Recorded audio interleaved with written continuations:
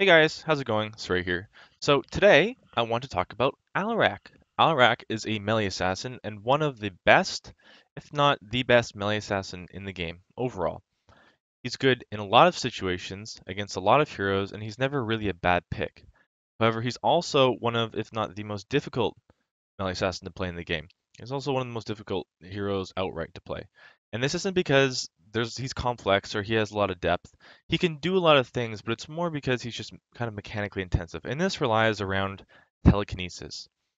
So Alarak is a very strong hero overall. As I said, he can fit into kind of any comp, but he's also one of the best, if not the best, soul laners. So there's three kind of top tier soul laners right now. That's Chen, Alarak, and Haka. There's of course other laners, but those three laners are kind of more dominant than the others. And Alarak beats both of those other laners. Well, kind of. He beats Chen, and he doesn't really beat the Haka because the Haka can use his global to dig back. The only hero that really can beat Alarak in a 1v1 is Thrall. And that's really only if Thrall goes block. Uh, if Thrall does go block, you're not really going to beat him in lane. But again, you don't really have to beat anyone in lane Alarak. You just kind of have to stay alive. And that's really the job of any soul laner.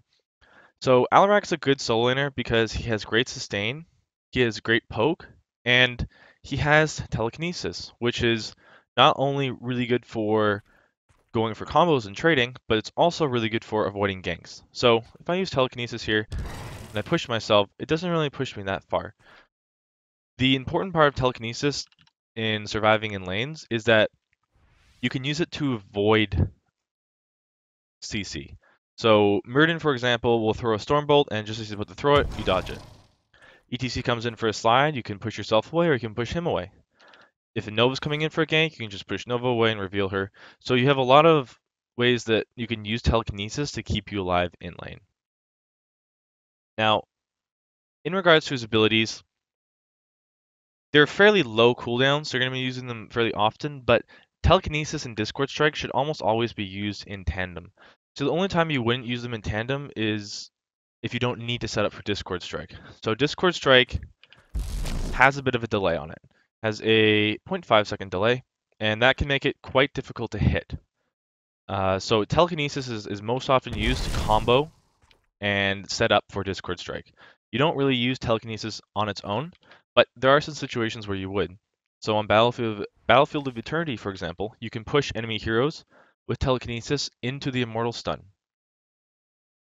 You can also use it, this is especially used in competitive a lot, to push heroes or multiple heroes into Malfurion roots. Or you can push them into a Stitches hook if you've got the coordination down. So there's a lot of uses for telekinesis, and if you don't need to set up for Discord Strike, then you can use it for something else. Lightning Surge is basically just a point and click um, poke ability that will also heal you. It's his main kind of utility in laning phase.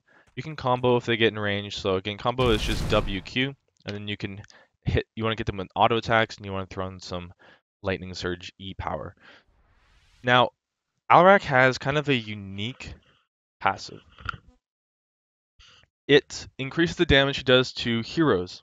Now, I already made a video on Alarak, and I posted it, and I took it down because the information I put in it was incorrect. So what I assumed was, in case you don't know, most heroes in the game, and this is true, scale at 4% per level. So every level they get 4% stronger, and that scales exponentially. So what I assumed was because it's 100% more damage that Alarak scales at 8% per level, and that's not true at all.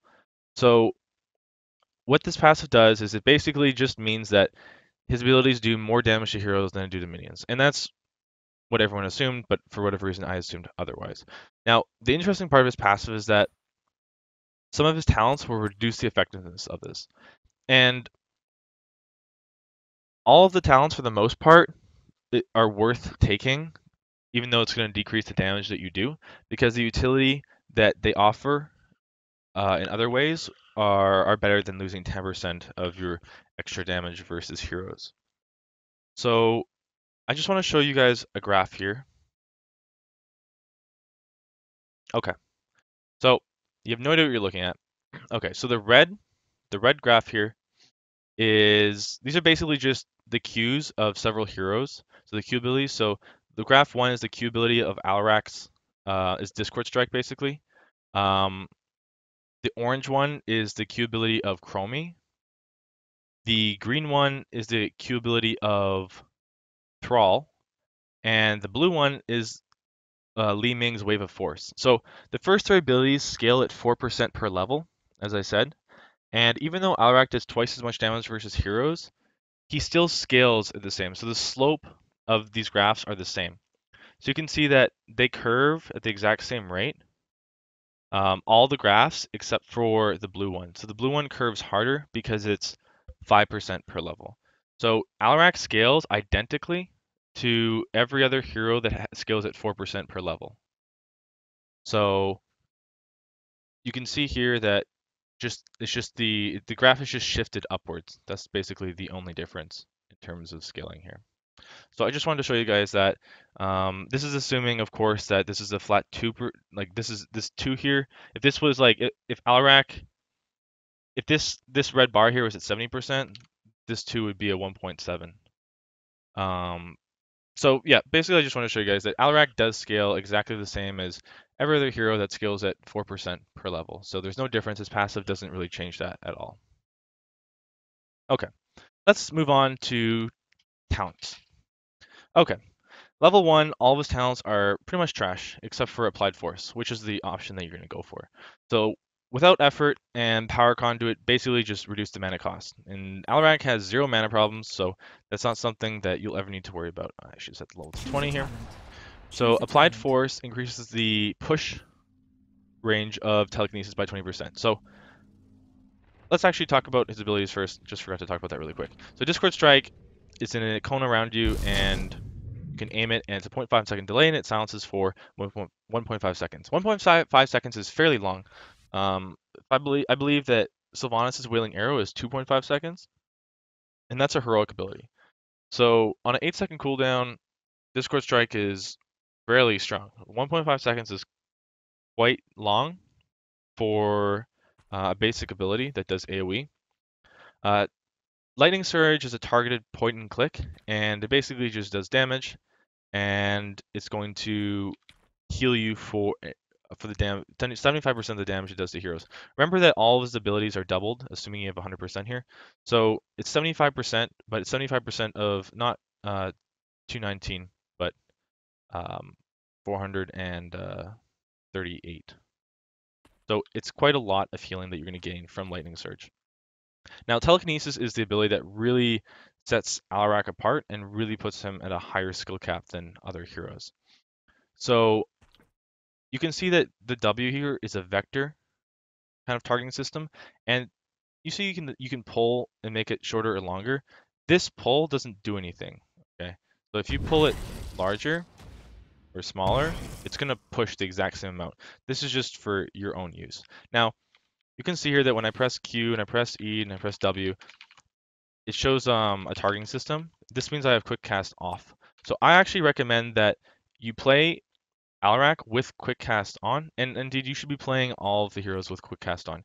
So what quick cast does is if I turn it on, so you can see here if I press Q, if I press W, if I press E, there's a targeting system that comes up. Now, if I turn quick cast on and I press Q, there's no more targeting system that pops up. If I press W, I'm holding the W key. I'm no longer just pressing it one time. I have to hold this.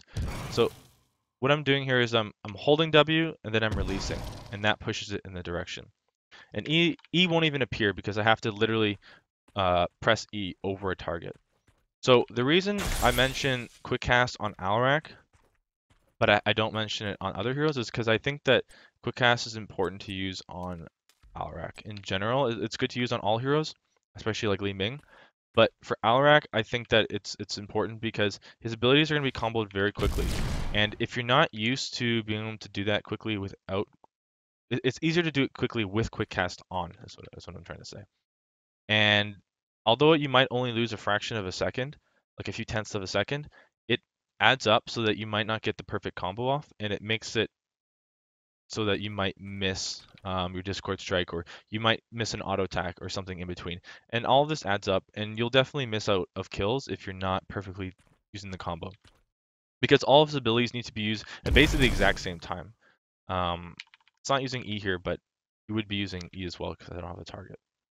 So I don't use quick cast, and that's simply because I've played MOBAs for 5, 6 years, and I just never got used to using them. So it's a downside, but I'm not really going to gain too much by turning quick cast on now because I'm so used to normal casting. But I recommend that if you're new to the game, or even if you want to get a slight edge over your opponents, that you do turn on quick cast. And if you go into the settings here, they're quite detailed. You can turn them on for every individual hero and every individual ability, including most talents, I believe. So you can also just turn it on globally. And there's also on release setting, which is a little bit different, but you can fool around with that by yourself and see what works for you. It's going to take some time to adapt to it, but I definitely recommend using quick cast.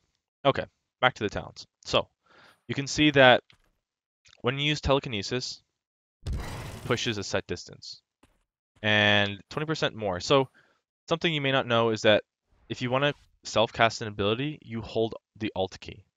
So if I hold the Alt key here and I press W, it's going to automatically push me in the direction that I'm facing. If I'm facing up or to the right here, it's going to automatically push me. You see my mouse is not targeting it at all, but it automatically pushes. So what you want to do is if you want to move yourself, it's a lot better to press Alt W, like significantly better than doing than trying to cast on yourself. It's a lot quicker to do it this way. So let's look at the distance that it moves you so just without the talent. And with the talent, it's noticeably increased. So this can help you in a lot of ways. It can also help you combo more effectively. And it can, just the 20% further telekinesis push is good overall, and it can help you escape situations, and it can do a lot more in kind of fights. There's no other really option here anyway. I mean, you're just reducing mana, which you don't need because you have no mana problems on Alarak. Mana costs are all very, very low. Okay, level 4, Discord or Double Cross is the option that you want to get here. So if you look at the normal targeting reticle of Discord Strike, it's not that big. Now with Double Cross, it's significantly increased. You also got the Kylo Ren kind of lightsaber going on here where you have the two edges coming out, and those are actually very important because sometimes when you push heroes in, they might go off to the side a bit, and you only have to tag them with like a tiny part of the reticle, like for the points pointing to the side, because the hero models are fairly large, so you only have to tag a tiny bit of a hero with the reticle, and it'll count as being hit. So just having those there on the side, even though they're small, actually are very significant and will allow you to hit targets a lot more often than you would otherwise. Now, notice that the base width of the cone actually increases as well. So the base width there at the top, if you can see it. Now, if we reset talents, that's actually slightly narrower. So you're getting significantly more area covered by getting double cross. So not only is it longer, but it's wider, and it has the two little spikes on the side. So you're getting significantly more area than just the 25% that it says. At least it feels that way. Maybe I'm wrong. I don't know. But it feels like you definitely get a lot more area covered, and it's a lot easier to hit targets with this. So the other options here are Reckless Strike, which actually significantly reduces the delay of Discord Strike here. So the normal cast and Reckless Strike. It's very, very quick. It feels very, very quick as well if you've been using the standard Discord Strike. It reduces the delay by half. However, the downside is that you take 25% more damage. You become vulnerable for 2 seconds, and that is a big downside. So basically, if you can just hit your Discord Strike without needing this talent, I mean, it doesn't increase the damage or anything with Reckless Strike. It just allows you to hit easier. So this is and using Discord Strike isn't so difficult that you'll never hit it without this talent. You just get good using Discord Strike. You don't need Reckless Strike. And this is in fact just a crutch. And I would never advise that anyone take this.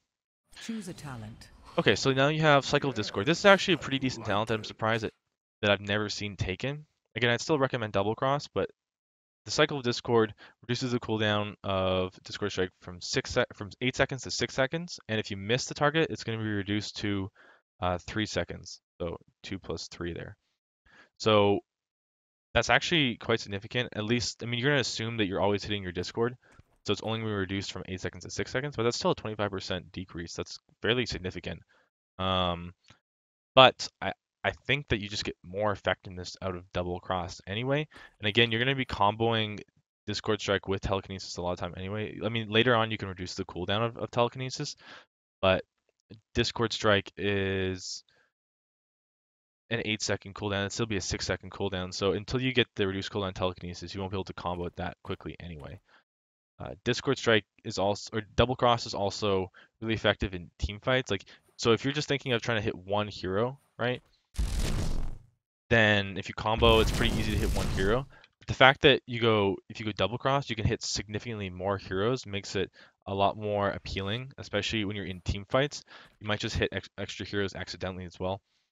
I find that double cross still gets more value than Cycle of Discord, but Cycle of Discord isn't bad. The other option is Extended Lightning, and this is bad. This is 20% increased range. Why do you want 20% increased range? Why are you poking 20% further here? So if we look at the normal range, like what does this do for us? It doesn't matter if we have 20% more because that's not within killing potential. I mean, they still need to be within telekinesis so that you can push them in and combo. If they're not within that range, then it doesn't matter. You're just the damage that you're poking from this far away is insignificant. It doesn't do anything. I mean, you're not really like the poke off Lightning Surge isn't significant enough that you'd increase the range for it. It's not like when you're playing Kael'thas, and Kael'thas is solely based around using Flame Strike. So if you can increase the range on Flame Strike, then that's really, really good. Alarak doesn't play off solely Lightning Surge. It's all of his abilities that are used together in tandem. And if you're just increasing the range on Lightning Surge, I mean, you're just getting slightly better poke off. But I mean, the damage isn't significant enough to warrant that anyway. Okay. Choose a talent. Applied Force, Double Cross. Now at 7, Thunderstruck here is not the talent I would recommend. So you have Chaos Reigns and Endless Energy. Both are pretty good. Um, Normally I'd recommend going Chaos Reigns, but Endless Energy has its place. And Thunderstruck is a talent that you need to. It only affects. It's going to slow heroes that are hit in between you and your target. So if I click the tower here, say the tower was Arthas, Arthas would not be slowed. It's only heroes that or targets that are in between me and the selected target that would be slowed. So if there's just if you're in a team fight, you have to if you want to slow a hero with Thunderstruck, you have to hit the hero behind him. And for that reason, it's not the most reliable thing to pull off. Also, Chaos Reigns and Endless Energy. Chaos Reigns is going to flat increase your damage, and Endless Energy is going to just significantly reduce the cooldown of your of Lightning Surge. So you get a slow, or you get a significant damage increase, or a significant cooldown decrease. So let's go over Chaos Reigns. So it says 45 damage, and then another 45 damage when you fully stack it. So that's 90 damage, but then this damage is applied with Sadism, so it's going to increase it by almost twice as much because I mean you have 90% here. So you're going to get if you did have 100%, it would be a total of 180 damage, which is quite a lot of damage for one talent, especially an ability that you're using like every 8 seconds. So this stacks up fairly quickly too. It's a level 7 talent. You have to remember that it's a level 7 quest talent, so it has to be, if you have a level 7 quest talent, it has to be a talent that stacks up fairly easily, and both Chaos Reigns and Endless Energy do stack easily. So you just have to hit 15 heroes with Discord Strike to stack Chaos Reigns, and that's pretty easy. And Endless Energy, so this is the same stipulation as Thunderstruck. You have to hit heroes that are in between you and the target, to start to stack this to reduce the cooldown, which is the same as Thunderstruck.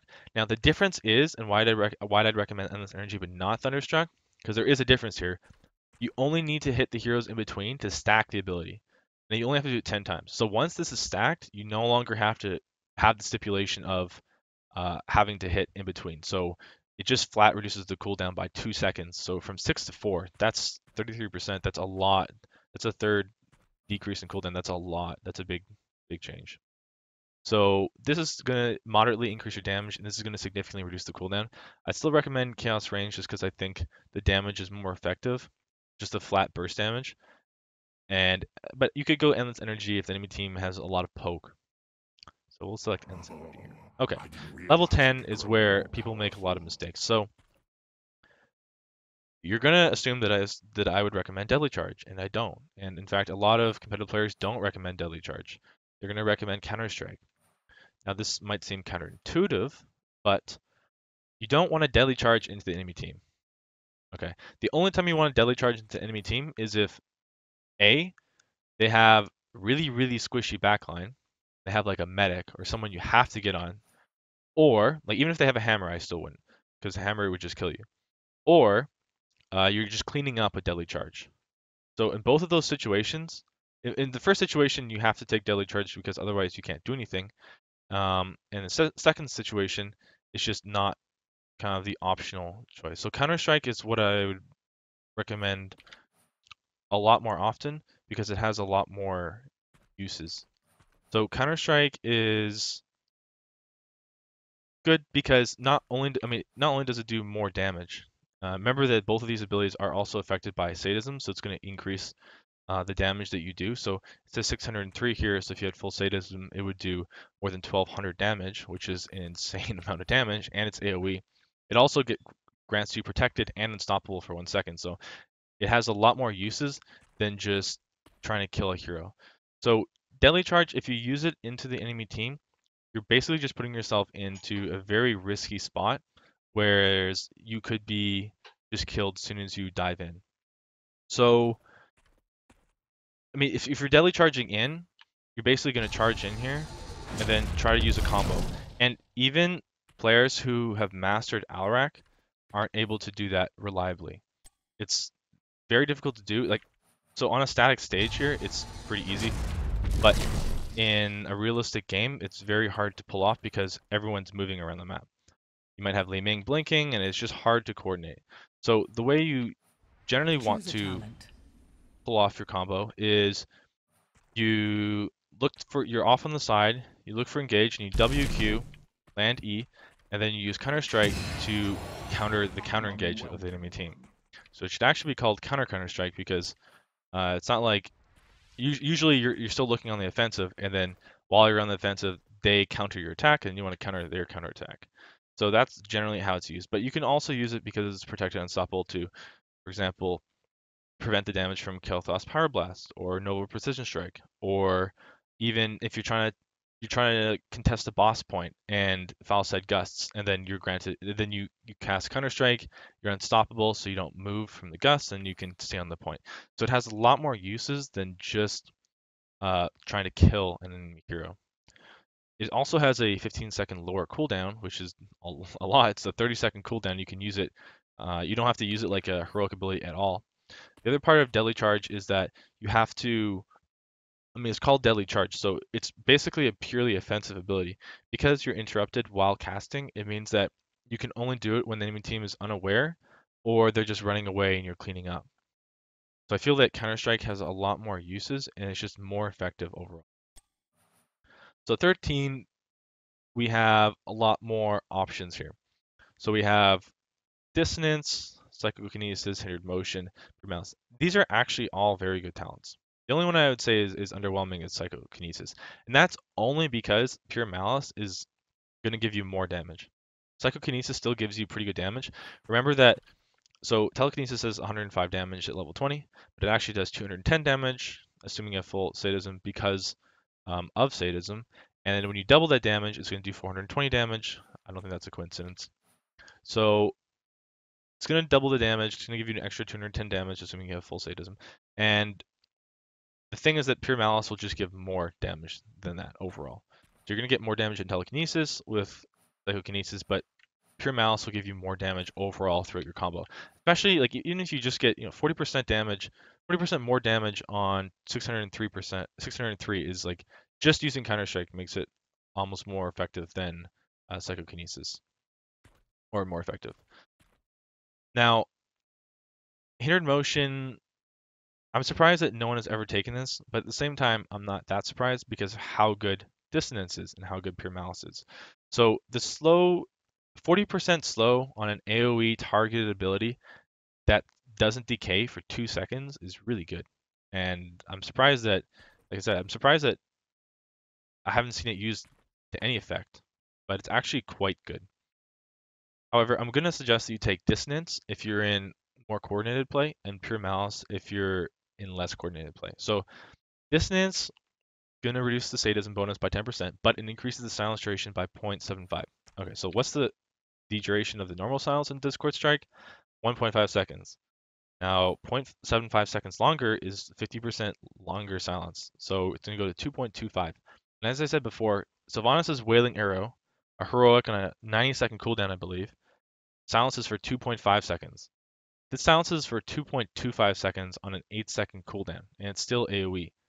Obviously, Wailing Arrow is still a lot better. I think it does more damage as well, and it's easier to hit, and it's longer range, but the 2.25-second AoE silence, especially when you have double cross, the range is pretty big, is really, really good. And the fact that I don't see this being taken as much as it should really is alarming to me because this is a really, really good ability. 2.25-second silence on an 8-second cooldown is insanely strong. So the other option you have is Pure Malice, which is I would recommend this talent if you're not dying. So once you get the hang of Alarak, start taking Pure Malice. But if you're just getting new to Alarak and you're constantly dying, don't take this talent. You're going to get literally zero use out of it. You have to stack it enough times where you're going to get like 30 plus percent, like 32% or whatever, and you're actually going to get some kind of bonus out of it. So if you're constantly dying, Pure Malice is not going to do anything for you. You're better off just taking, if you want damage, you're better off just going Psychokinesis. Um, so once you've gotten the hang of Alarak and you're not really dying that much, and you're playing Hero Lake where your allies are constantly dying, Pure Malice is a very good option. It's going to significantly increase your damage output. Now, notice this says 40% more damage, but it's 40% more sadism damage, so it's not really 40% overall damage, it's more like 20% overall damage or something like that. So yeah, I'll take quick dissonance here. All right. Now, level 16, you have a few options, but at the same time, not really. Actually, all the options here are pretty bad, except for Quick Mind. Quick Mind is really, really good because it reduces the cooldown of telekinesis by 50% from 12 to 6. As I said before, telekinesis is like your bread and butter. It's everything to Alarak. The entire kit is based around it. And if you can use it twice as often, then that's going to be exponentially better for you. So having Quick Mind allows you to get yourself out of a sticky situation much more often. It allows you to combo much more often. It allows you to set up things much more often. It allows you to be effective much more often. The other options here are increase the range of telekinesis by 25%, not good. Increase the healing by 30%, not good. And increase the damage in between you and your target by 100%, which is good, but it's not as good as Quick Mind. So these two options are fairly bad, and Quick Mind and Negatively Charged are fairly good. Quick Mind is just insanely, insanely strong. It's not even like this is not even comparable to any of the other talents in this tier. It's like if you were going to compare it, it would be like reduces the cooldown of telekinesis by like 3 or 4 seconds. The fact that it's 6 seconds is just so insanely strong that you have to take it. Okay, so level 20, you have three options. You can choose Deadly Charge, and that makes Alarak the only hero in the game, I believe, that can choose both of his level 10 heroics. You choose Last Laugh, which is ironically a joke, and Hasty Bargain. So the reason Last Laugh is a joke is because first of all, the cooldown is 20 seconds, but like if you blink out of a fight, you're out of the fight. You're gonna have to go back and heal because you only have one health. Um, this also just means that you live. So if you're gonna lose a fight, Last Laugh doesn't help you win the fight. The fight's still lost. You just survive. So you lose fights slightly less hard. That's what this talent should say. Um, Every 20 seconds, you're allowed to lose the fight slightly less hard. And you're still going to lose the fight, but the whole point is like you should be taking talents that help you to win the fight in the first place. So you're not put in a situation. It's like on Brax's Holdout, where people say, why don't you have wave clear on Brax's Holdout? You need wave clear to defend the Zerg wave. Well, if you're winning the shrines, you don't need wave clear. Just focus on winning them, and then you won't have to clear it. So the other two options are Deadly Charge and Hasty Bargain. So let's talk about Hasty Bargain since we pretty much already talked about Deadly Charge. Hasty Bargain is pretty good, but you probably only want to take it if you are just about to end the game. So if you have an advantage and you want to push your advantage a little more. Hasty Bargain is like really strong, but only the first few times you use it. And then once you keep using it, it's going to significantly reduce your damage. So it's a talent that you want to take if you're like about to end the game or you have like a significant lead, but the game's going to end soon. This is a talent that you want to take in those situations. Deadly Charge is a talent you want to take if it's like level 20 to 20 or something close like that, and the game's relatively even and you don't know who's going to win, and the game's going to go on for a little bit longer. That's the talent you want to choose here.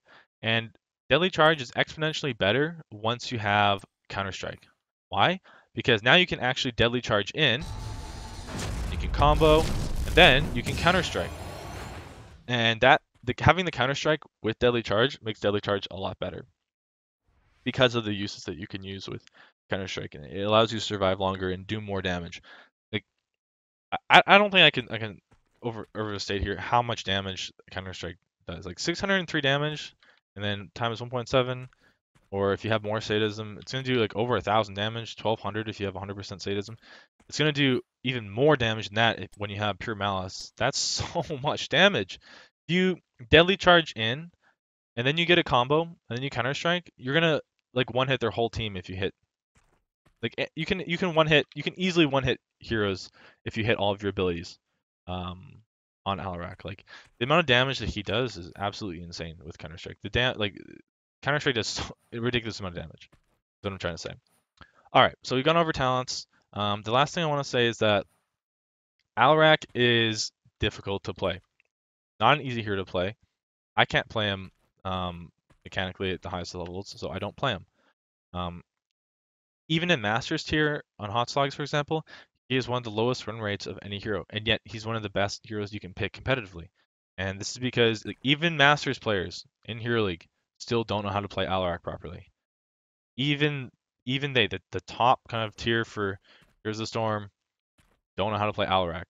And he's not insanely difficult. There's other characters and other MOBAs that are more difficult to play than Alarak. It's just for Heroes of the Storm, Alarak is really difficult to play. And it takes a lot of time to learn how to use his abilities correctly, and although he's not complex, he doesn't have too much depth, there's still a lot of ways that you can use his abilities. A lot more than, say Thrall. Thrall, you have Sunder, you kill their backline. But Telekinesis has a lot of uses, and you have to choose if you're gonna look for kills or if you're gonna keep yourself alive, and so on. So I hope you enjoyed this video. It's the second time I've made an Alarak video, and hopefully this one is more informative than the last, and I hope you enjoyed it. So until next time, guys, thanks for watching.